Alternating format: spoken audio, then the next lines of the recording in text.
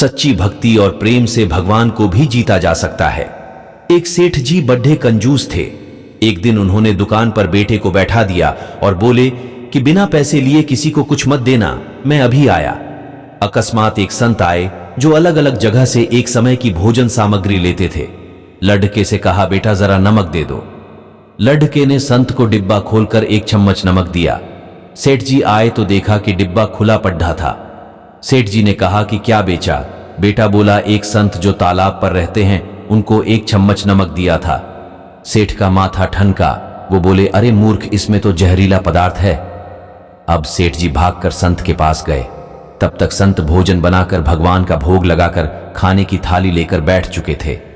सेठ जी दूर से ही बोले, महाराज रुकिए, आप जो नमक लाए थे नमक नहीं था बल्कि जहरीला पदार्थ था।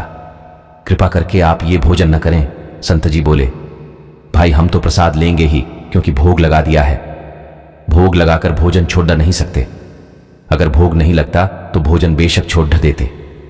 ये कहकर संत ने भोजन को प्रसाद समझकर खाना शुरू कर दिया। सेठ जी के होश उड़िया गए। वो रात भर वहीं बैठे रहे।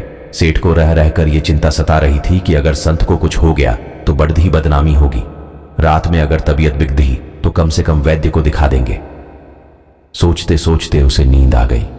सुबह रोज की तरह संत जल्दी उठ गए और नदी में स्नान करने लगे। सेठ जी ने कहा, महाराज तबीयत तो ठीक है। संत बोले, भगवान की कृपा है। इसके बाद वे पूजा के लिए मंदिर चले गए। जैसे ही संत ने मंदिर का द्वार खोला तो देखा कि भगवान के श्री विग्रह के 2 भाग हो गए हैं और शरीर काला पटीडीएच गया है। ये देखते ही सेठ को सब समझ आ गया कि भक्त के अटल विश्वास को देखकर भगवान ने भोजन का जहर भोग के रूप में स्वयं ग्रहण कर लिया और भक्त को प्रसाद ग्रहण कराया। इसके बाद सेठ ने तुरंत घर जाकर बेटे को दुकान सौंप दी और स्वयं संत की शरण में आकर भगवान की भक्ति करने लगा।